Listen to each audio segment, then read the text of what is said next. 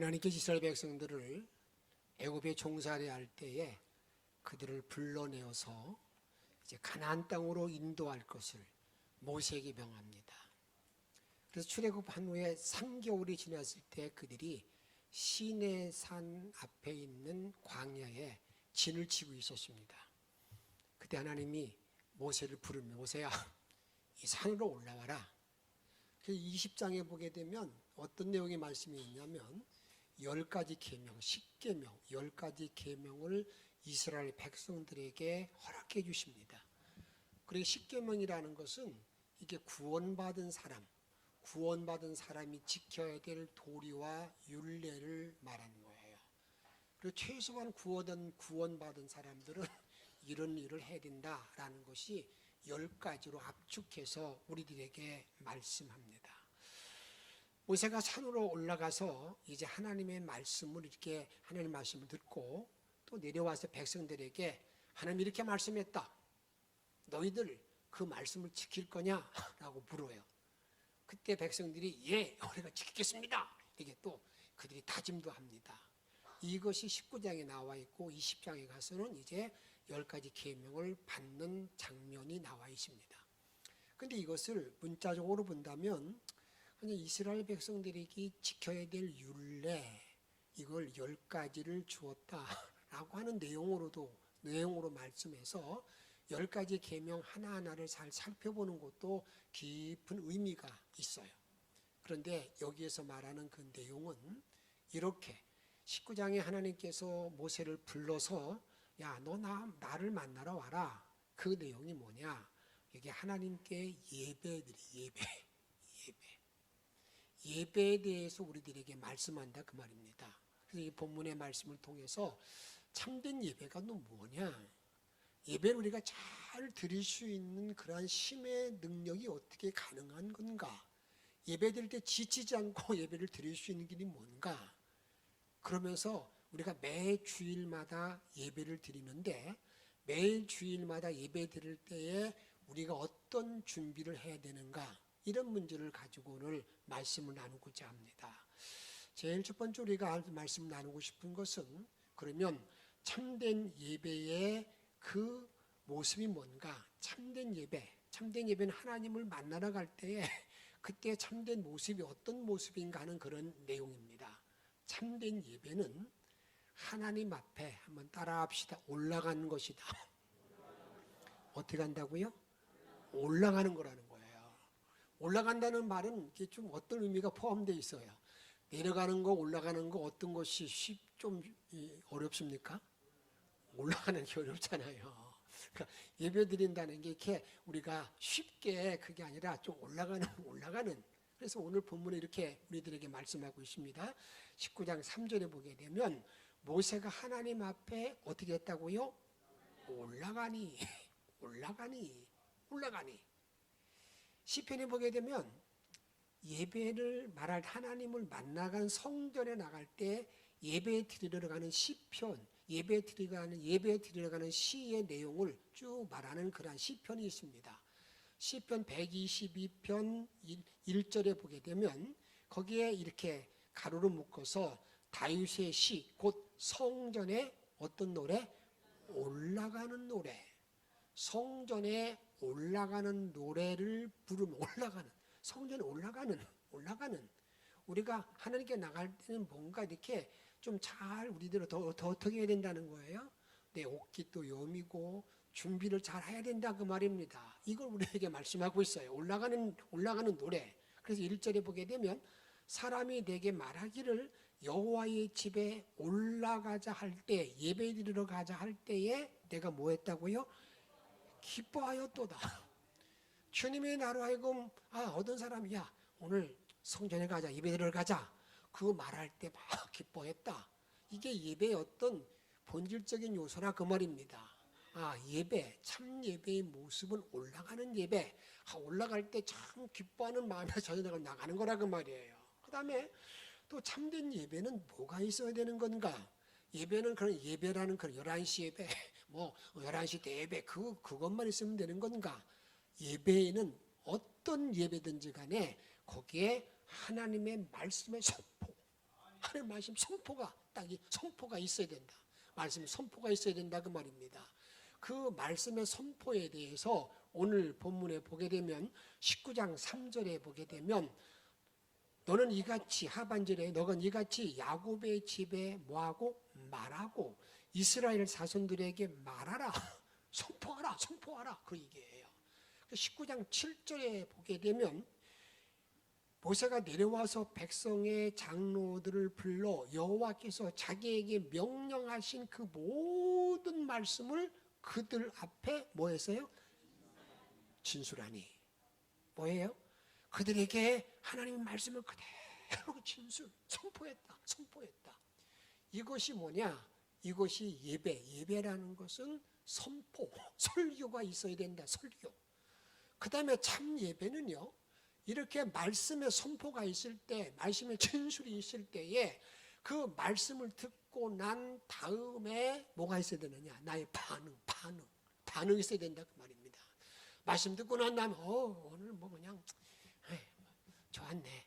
오늘 그렇고 그러네. 그게 아니라 그냥 분명한 나에게 반응을 보이는 것.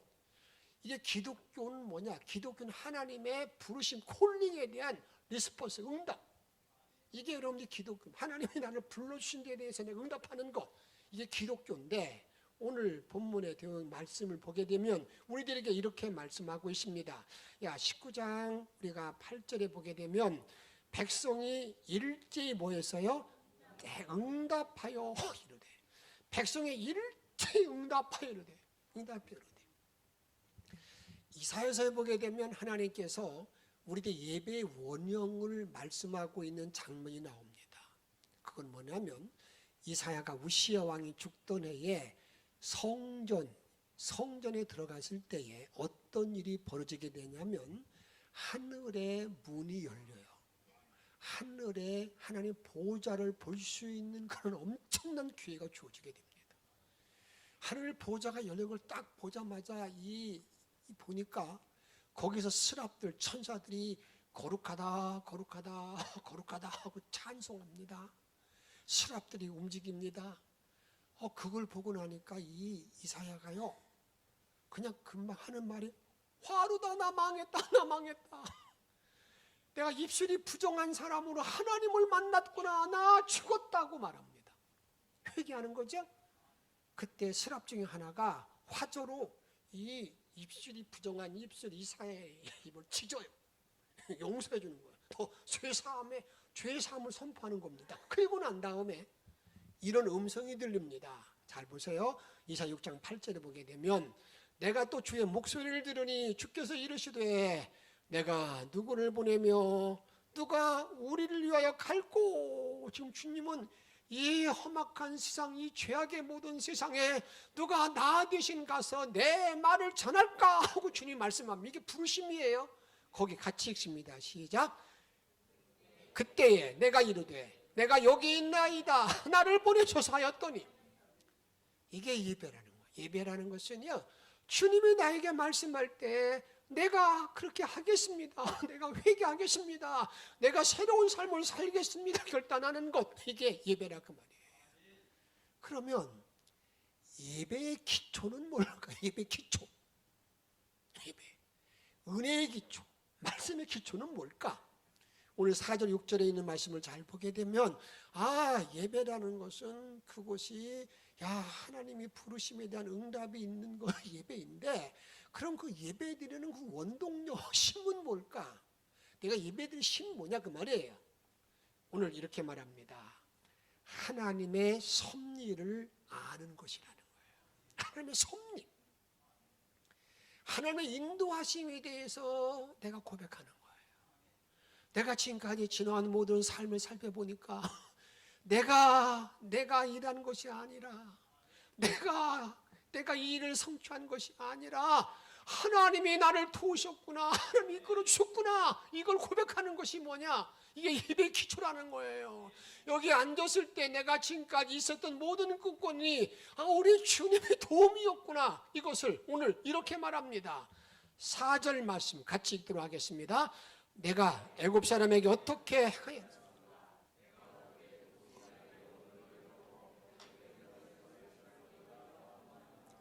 그러잖아요. 내가 어떻게 애굽의 10가지 재앙을 내리고 내가 어떻게 너희들을 이렇게 독수리 업어온 것처럼 인도했는가? 너희들 보았다는 게 뭐예요? 경험했다는 거예요. 체험했다 그 말입니다. 하나님의 섭리를 믿고 따라가는 그 능력으로 하나님의 인도하심을 너희들 경험했다는 거예요. 그러기에 내가 예배를 바로 드릴 수 있는 것은요, 예배 드릴 때마다 예배 드릴 때 빠졌다가 왔다가 배추 쳤다가 왔다가 그것이 아니라 끊임없이 내 모든 공적인 모든 예배를 잘 참사할 수 있는 이유가 뭔가? 그건 하나님이 나를 인도하시는 능력, 은혜의 능력, 나와 함께 하시는 그런 축적된 능력이 나에게 있는 거예요. 하나님 어떻게 인도해 준 걸 내가 아는 사람은 여러분 절대 그렇게 빠졌다 왔다 갔다 하지 않습니다. 그래서 오늘 주님은 이렇게 말씀하는 거예요. 야, 너희들 보았잖아. 내가 어떻게 인도했는가 보았잖아. 어떻게 했는가. 이것을 우리가 알아야 됩니다. 그래야 내가 예배를 바로 드릴 수 있다는 것을 우리가 알아야 된다 그 말입니다. 그래서 내가 주님을 믿고 따라가는 모든 능력은요, 영적으로 나에게 축적된 은혜, 능력이 나에게 있을 때 가능한데, 영적인 능력, 이것을 영적인 내공이라고 말할 수 있습니다.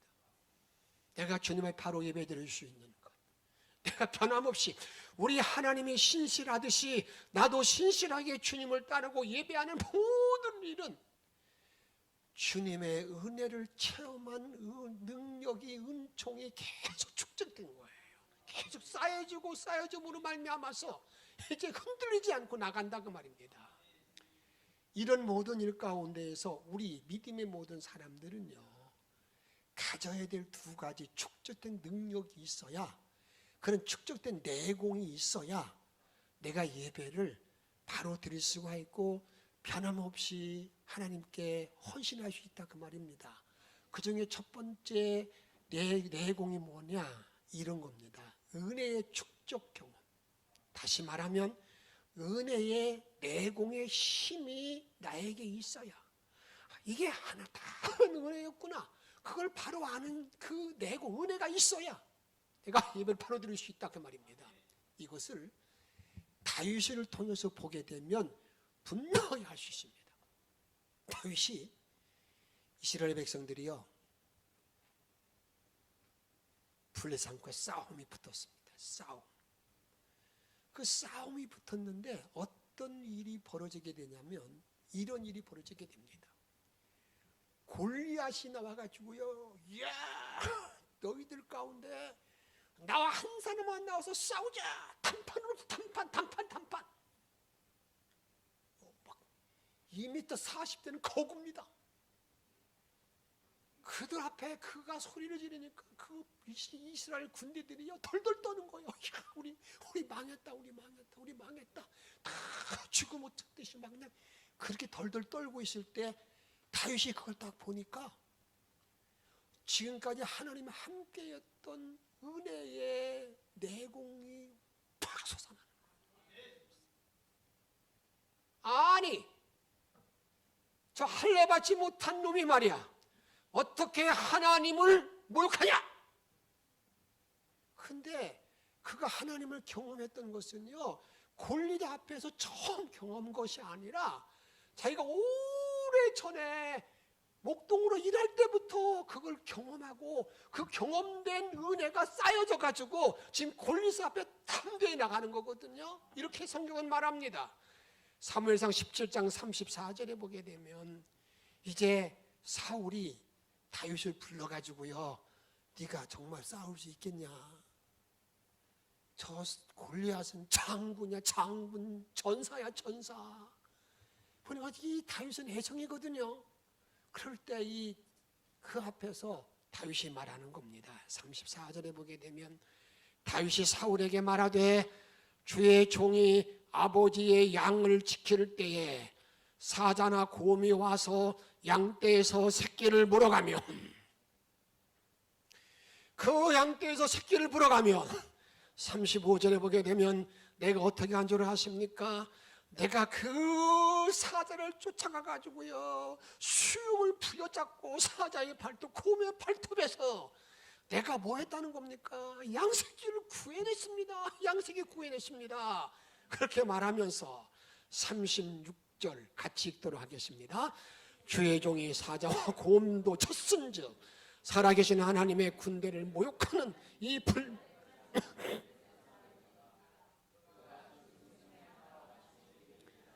내가 과거에 이런 경험이 있어요. 사자의 발톱 이기고 곰발톱 이겼는데 이런 경험을 가지고 있는 사람입니다. 그런데 어찌 그 모든 일이 살아계신 하나님의 능력이었는데, 그런 능력을 체험한 사람인데 어찌 저 하나님을 알지 못하는 저 못된 놈이 하나님 모욕합니까? 나 가만히 있을 수 없습니다. 이전에 경험의 축적이 차기를 막 일으키는 거예요. 그러니까 사울이 그 말을 듣고 난 다음에 뭐라고 얘기하는 거예요? 양을 치던 경험이 골리앗을 이긴 은혜의 경험으로 축적되어서 말하자. 37절에 보면 또 다윗이 이르되 여호와께서 나를 사자의 발톱과 곰의 발톱에서 건져내서 나를 이 블레셋 사람의 손에서도 뭐한다고요? 건져내시리이다. 사울이 다윗에게 이르되 같이 읽습니다. 가라, 여호와께서 너와 함께 계시기를 원하노라. 아멘. 저는 여러분을 정말 축복합니다. 이런 은혜의 축복이 계속 쌓여져서 어떤 문제가 딱 생기면 이때까지 하나님이 나를 이렇게 세워주 이끌어 주셨는데 이것쯤이 아는 그런 담대함의 용기가 여러분 모든 문제를 해결할 수 있는 은혜로 함께하기를, 은혜의 내공이 넘치기를 주의 이름으로 축복합니다. 그래서 우리는 믿음의 모든 사람들은요 이런 고백을 계속하는 거예요. 어떤 고백이냐면 시편 34절 8절에 보게 되면 너희는 여호와의 선하심을 따라합시다. 맛보아 알지어다. 여호와의 선하심을 맛보아하는 거예요. 오늘도 내일도 계속해서 하나님의 은혜를 맛보아하는 거예요. 내가 예배를 드림에 있어서도요, 내 공적인 모든 예배에 참여하면서 하나님의 은혜를 계속 체험하는 거예요. 하나님 이런 은혜를 주셨군요. 이런 은혜가 쌓이고 쌓여가지고요, 이제는 하나님께서 계속 은총으로 능력으로 부어주시는 것을 맛보아 아는 자에게 주신 은혜와 복이 넘친다는 사실을 확신하시기를 바랍니다. 그 다음에 또 어떤 경험이 나에게 있어야 되느냐? 기도 축적의 경험, 기도 축적의 내공, 기도의 내공이 나에게 쌓여야 돼요. 기도의 내공. 기도의 내공이 쌓이지 않으면요 몇 번 하다가 포기해. 기도해도 소용없어. 기도해봤다 안 되더라. 땀만 흘리지. 여러분의 바깥 기도 이렇게 부탁하는데 여러분 잘하시는 줄 알고 있겠습니다만 또 언젠가 그런 마음이 생기는 거예요. 그런데요, 은혜의 기도의 내용이 쌓이면 아닙니다. 내가 그 시간을 정확히 드리면서 그 은혜가 계속 축적되는 거예요. 축적되어 가지고요, 이제 하나님께서 우리를 늘 그 기도의 내공이 쌓인 사람을 너무너무 잘 알아요. 저는 그걸 너무 잘 압니다. 어떤 저에게 하는 게 두려운 마음이 생겨요. 하나님 이것도 들어주셨네. 이게 기도의 내공이거든요.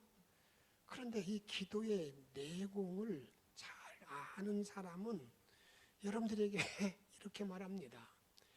시편 20편 4절에 보게 되면 내가 여호와께 바라는 한 가지 일 그것을 구하리니.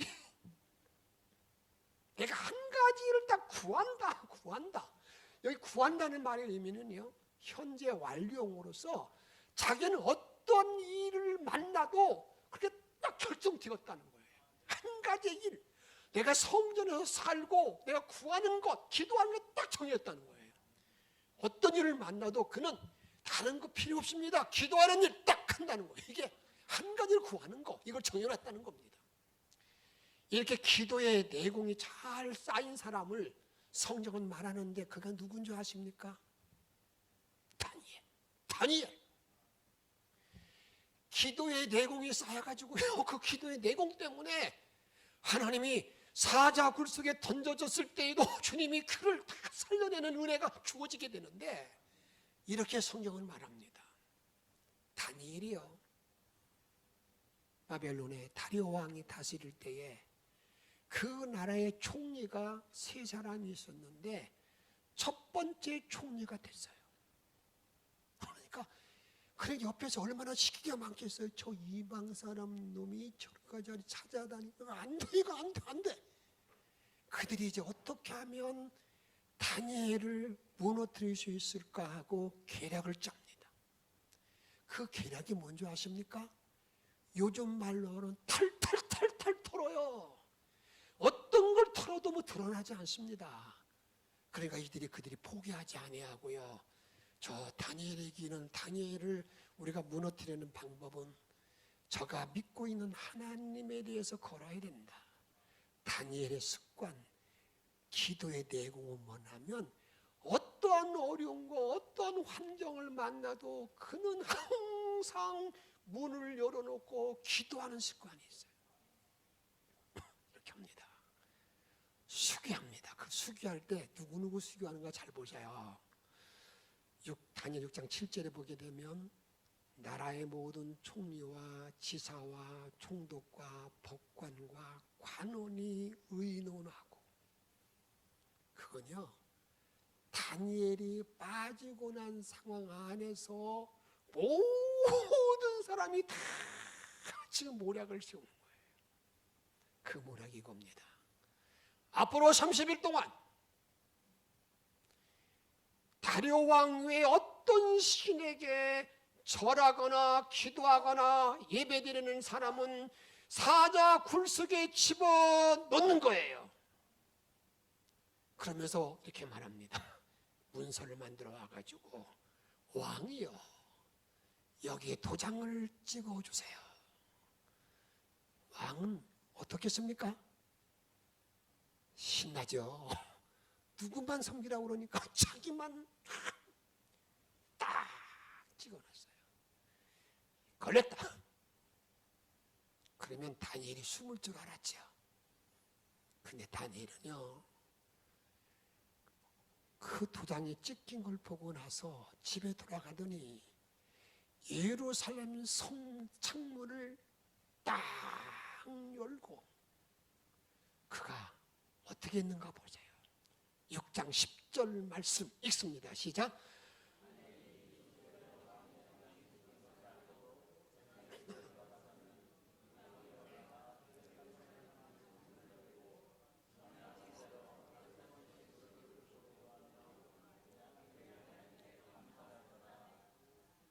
전에 하던 대로 창문 열고 기도하면서, 또 뭐 한다는 겁니까? 기도할 때 하나님 살려주세요, 그게 아니라 감사하며. 이게 뭐예요? 이게 은혜의 내공이에요. 기도의 내공, 기도예요. 어떤 일을 만나도 절대 기도 쉬지 아니하고 감사하며 아뢰는 그 기도. 여러분 그럴 때 하나님 어떻게 하셨습니까? 다니엘은요, 하나님 나 살려주세요 그거 하지 않았어요. 그 모든 환난과 역경에서 건져주신 하나님을 찬양할 수 있기를 주의 이름으로 축복합니다. 그런 은혜의 내공, 기도의 내공이 저와 여러분의 남은 모든 삶 속에 넘쳐나기를 축원합니다. 그러면 하나님께서는 왜 이스라엘 백성들을 출애굽시켰을까? 출애굽의 목적이 뭘까? 그들의 계명을 두는 모든 이유가 뭘까? 다른 게 아닙니다. 오늘 본문에 잘 보게 되면 하나님은요, 애굽에 종살이하는 이스라엘 백성들을 건져내어서 우리 주님이 하신 말씀은, 야, 내가 너희를 건져낸 이유가 뭔 줄 알아? 내가 너 내 소유로 삼고자 해. 내 자녀를 삼고자 너희를 내가 불러냈다는 거예요. 또 내가 너희를 불러낸 이유가 뭔 줄 아냐? 제사장 나라 제사장 되도록 너를 불렀다. 이렇게 말하면 제사장 되도록 불렀다는 거예요. 이것이 우리 주님이 애굽을 출애굽시킨 이유. 이걸 지금 우리말로 말하면 저와 여러분들을 죄의 자리에서 건져내어 구원의 자리에 불러낸 이유가 뭐냐? 그 이유가 뭔 줄 아느냐? 그걸 말할 때에 우리 주님은 이렇게 말씀하고 있습니다. 너 내 자녀를 삼고자 함이라는 거예요. 그리고 너희를 뭐요? 제사장 나라 제사 예배를 바로 드리도록 내가 불러 세웠다는 것을 우리들에게 말씀하고 있다 그 말입니다. 사랑 여러분, 오늘 19장 5절에 보게 되면 이렇게 말합니다. 세계가 다 내게 속하였나니 너희는 내 말을 잘 듣고 내 언약을 지키면 너희는 모든 민족 중에 따라합시다. 내 소유가 되겠고. 누구의 소유요? 하나님의 소유, 하나님의 자녀가 되겠고. 그리고 그 자녀가 하는 역할이 뭔 줄 아느냐? 19장 6절에 보게 되면 제사장 나라가 되며 거룩한 백성이 되리라. 제사장 나라와 거룩한 백성이 되리라. 이렇게 우리에게 말씀한다 그 말입니다. 그걸 다른 말로 말하면 이게 제사장 나라 거룩한 백성이 된다는 말의 의미를 출애굽 19장에 보게 되면 이게 무슨 말일까 하고 갸우뚱할 수 있어요. 근데 항상 성경은 이렇게 갸우뚱할 수 있는 말씀에 대해서 어딘가 딱 풀어놓습니다. 풀어놓는데 어떻게 우리에게 이걸 풀어놓았는가? 베드로전서 2장 4절에 보게 되면 이렇게 말합니다. 사람에게는 버림받았으나 하나님께는 택하심을 입은 보배로운 산돌이신 예수께 나아가. 우리의 살아계신 그 예수님, 부활하신 예수께 나아가서 우리가 뭐 하는 거냐? 그 다음에 5절 말씀을 잘 보세요. 너희도 산돌, 나도 부활된 모든 산돌같이 부활을 믿는 믿음의 공동체로서 부활의 사람이 되어서 신령한 집으로 세워지고 예수 그리스도로 말미암아 하나님이 기쁘시게 받으실 신령한 제사를 드릴 거룩한 제사장이 될지라. 아멘. 거룩한 제사장이 되라는 말이 뭐예요? 신령한 제사, 신령한 예배를 드리도록 저와 여러분들을 불러서 세워서 출애굽시키고 나를 구원시켜 놨다는 것을 우리에게 말씀하고 있다 그 말입니다. 그러기에 하나님께서 나를 죄의 자리에서 불러서 하나님의 자녀로 세운 이유는 다른 데 있지 않습니다. 어디에? 하나님께 바른 예배, 신령한 예배, 신령한 제사를 드리도록 우리를 부르는 예배 드리는 목적이라 그 말이에요. 여러분들이 믿음 생활할 때 이 하나님이 부르신 목적을 잃어버리면 전혀 주님과 관계없는 삶을 사는 거예요. 우리는 한때 이런 일이 있었습니다. 코로나가 있다고요. 정부에서 의도적으로 교회 문을 닫게 만드는. 지금 생각만 해도 얼마나 화가 나는지 몰라요. 막 발로 밟고 싶은 마음입니다. 지금 와서 보니까 관계없는 일이잖아요. 없었어요. 그 이면에 이 기독교의 존재를 말살시키기 위한 그런 정신들, 그런 이념들이 있어가지고. 그래가지고 그때 그냥 우리는 이렇게 그냥 예배 드리지 않는 것이 잘하는 것인 것처럼 했던 모든 일들 많이 얼마나 하나님께 우리가 나와 여러분을 세우는 것, 불러 세운 죄인을 자리에 불러낸 건 뭐냐면 신령한 예배, 신령한 예배를 드리는 거, 예배드리도 예배자, 예배자로 삼고자를 불렀다 그 말입니다. 그러면 이런 예배자로 세웠을 때 그 예배를 바로 드리는 신령한 예배는 뭘까? 우리 주님은 이렇게 말씀합니다. 요한복음 4장 23절에 보게 되면 아버지께 참되게 예배하는 자들은 영과 진리로 예배할 때가 오나니 곧 이때라. 아버지께는 자기에게 이렇게 예배하는 자들을 뭐 한다고요? 찾으시느니라. 하나님은 영이시니 예배하는 자가 영과 진리로 예배할지니라. 아멘. 내가 영과 진리로 신령한 예배를 드려야 된다. 이런 자를 주님이 찾으신다는 거예요. 내가 아무리 많은 예배를 참석해도요, 영과 진리 예배를 드리지 못한다고 그런다면 우리 주님이 나를 만나주지 않아요. 그럼 헛걸음이라고 말입니다. 헛된 걸음 할 필요가 없다고 말이에요. 그런 일 가운데 그렇다고 그런다면 우리가 영과 진리로 예배드리는 모든 문제를 성경은 여기에서 잘 해석이 안 되면 어딘가 또 그 문제를 정확하게 말합니다. 이것이 말씀을 풀어내는 은총인데 이것을 신령한 예배, 이게 무엇일까를 말할 때에 로마서 12장에 보게 되면 이렇게 말합니다. 그러므로 12장 1절에 그러므로 형제들아 내가 하나님의 모든 자비하심으로 너희를 권하노니 너희의 몸을 하나님이 기뻐하시는 뭐예요?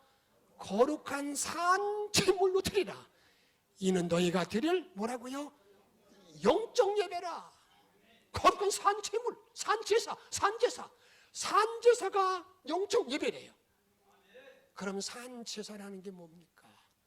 제사는요 반드시 제물이 있어야 되는 건데 그 제물이 내가 살아있지만 죽은 자처럼 드리는 거예요. 그러니까 산제사라는 모든 말의 의미는 이런 의미예요. 내가 지금 살아있습니다. 살아있기 때문에 일터에도 가고 예배도 오기도 하고 집에서 잠도 자기도 하고 친구도 만나고 어디 갔든지 간에 내가 산 제물, 살아있는 제물이 되어 주께 드려지는 그런 자, 이런 사람들이 영적 예배를 바로 드리는 자라는 것을 여러분 잊지 마시고요. 앞으로 이런 복된 예배로 우리 주님을 기쁘게 할 수 있기를 주의 이름으로 축복합니다. 그런 가운데 살아있는 자들이 제물이 되었을 때 여러분 예배 드릴 때 중요한 것이 있습니다. 그게 뭐냐면요, 여러분 예배 드릴 때 우리가 사정, 4가지 정자로 시작하는 단어가 있는데 그것이 내가 살아있는 제물된 예배를 드리는 자의 가장 기본적인 거예요. 그게 정시. 예배 드릴 때에 예배 전에 다 와서 주님의 인도하심을 바라는 거예요. 정시. 다음에 정좌라는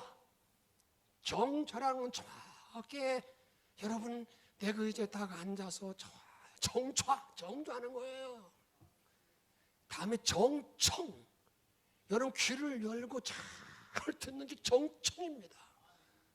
또 하나의 정시가 있는데 그 정시가 뭔지 아십니까?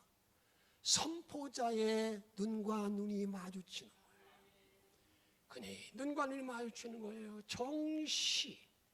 그러기에 여러분들에게 그래서 하나님 말씀이 선포될 때에 눈과 눈이 마주칠 때 거기에 역사가 능력이 함께 나타나는 것이지.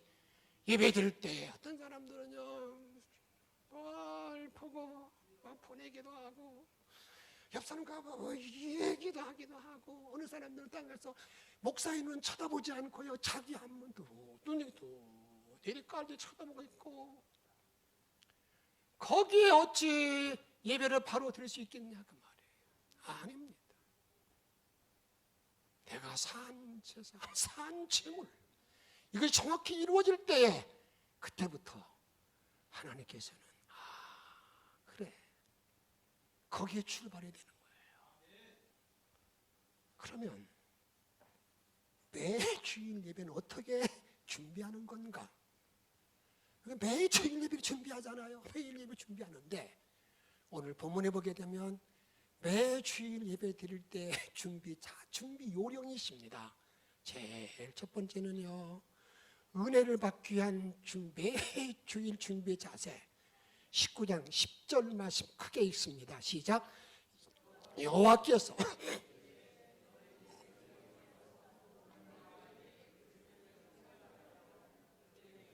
말게 하고, 여기 보게 되면 야, 성결케 하라. 회개입니다. 회개. 새벽기도 오신 분은 알겠지만 저는 토요일에 탁켓 기도가 내일 주일을 위해서 주일 예배 준비하기 위해서 회개하고 깨끗한 마음 갖도록 준비하라고 부탁드립니다. 여기 성결케 하라는 말의 의미는요, 주의 보혈에 적신 받으라는 거예요. 내가 예배드리를 준비할 때에 하나님 나를 주의 피로 적셔 주셔서 내 모든 죄와 허물을 용서해 달라고 말하는 겁니다. 그 주의 피의 능력이 얼마나 큰가, 이렇게 성경은 말합니다. 히브리서 9장 13절에 보게 되면 염소와 황소의 피와 및 암송아지의 뭐예요?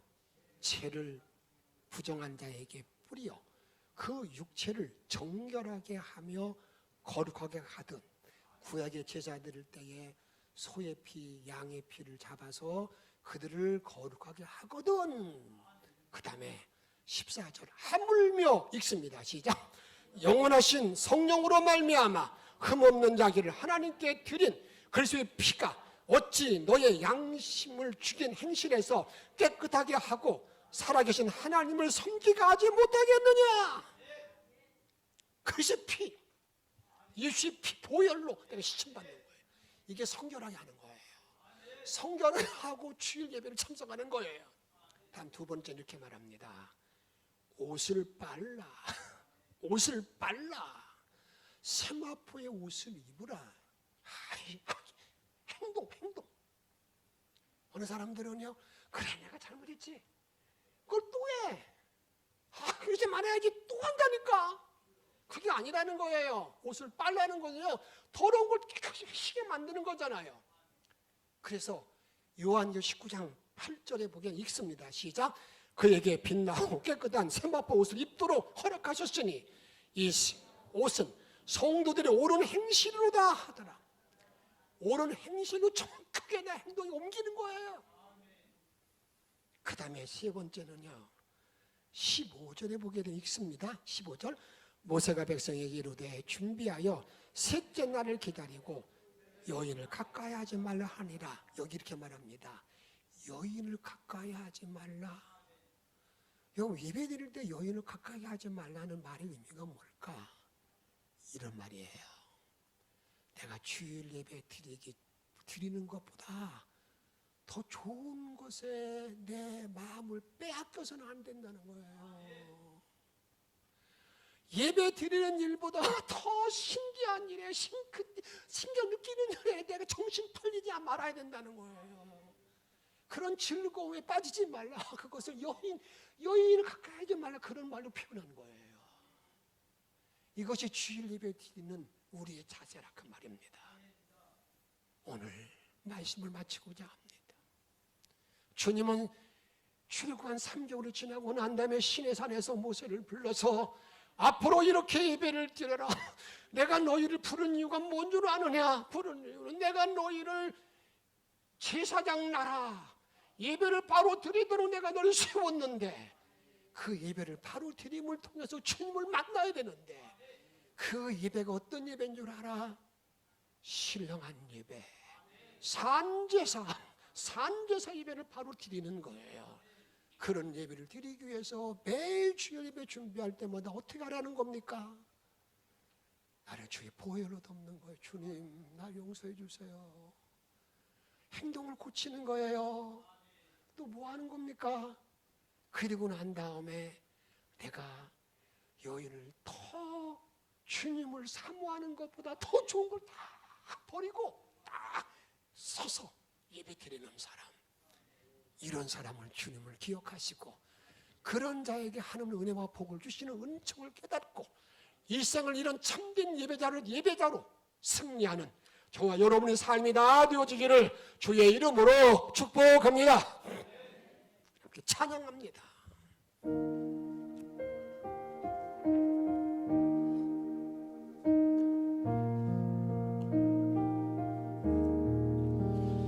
내 주의 아버지 정하고 정하다 내 죄를 정케 하신 주 날 오라 하신다. 내가 주께로 지금 가오니 십자가의 보혈로 날 씻어 주소서. 가고 주에도 주께로 가고 주에도 힘주시고 주께로 힘주시고 내 추함을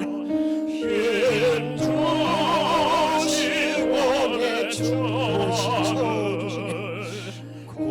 고시서 내가 주께로 지금 가오니 내가 주께로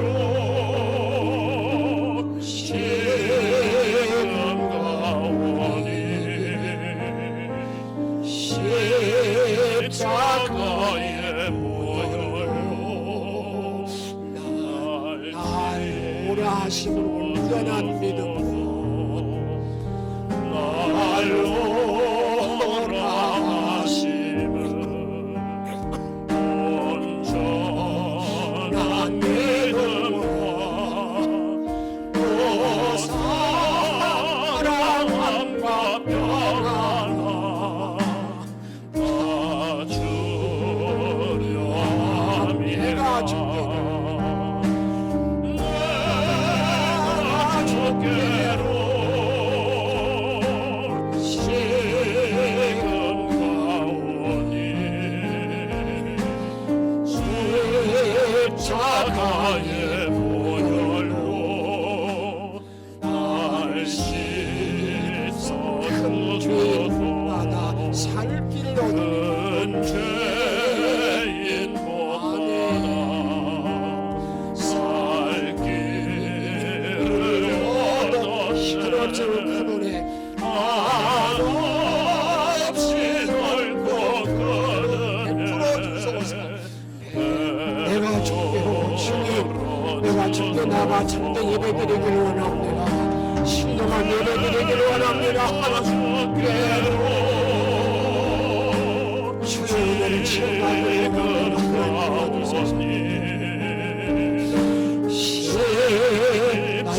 나의 죄악을 주소서. 주의 능력으로 살게 날 씻어 그 피가 맘속에 간득거립니다. 그 피가 맘속에 큰 증거됩니다. 내 기도 소리 들으사 타오락가 기도 소리 들으사 내가 주께로 지금 가오니 아버지 살려주여 감사합니다. 주께 나가 참된 예배 드리기를 원합니다. 주의 긍휼을 베풀어 주시옵소서. 십자가의 보혈로 날 씻어 주소서.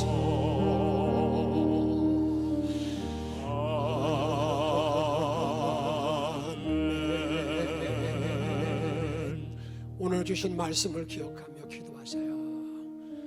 나를 살려주신 이유가 어디 있습니까? 나를 주님의 자녀 삼으신 이유가 어디 있습니까? 예배, 신령한 예배 함께 통성으로 함께 기도하겠습니다. 생명의 절망을 걸어주시면 합니다. 오 하나님 내 은혜를 주셔서 10가지 몸을 배우기 전에 참된 예배가 무엇인가를 말씀을 입에 도와주셔서 남은 모든 날 동안에 이런 신의 축복을 허락받고 살아갈 수 있도록 아버지 인도하시고 영광 받을 걸어주시기를 원합니다. 주는 날개를 품어주시기를 원합니다. 은혜 풀어주시기를 원합니다. 영광으로 풀어주시기를 원합니다. 본능과도 살아갈 수 있는 복된 종들의 삶이라게 도와주시기를 원합니다.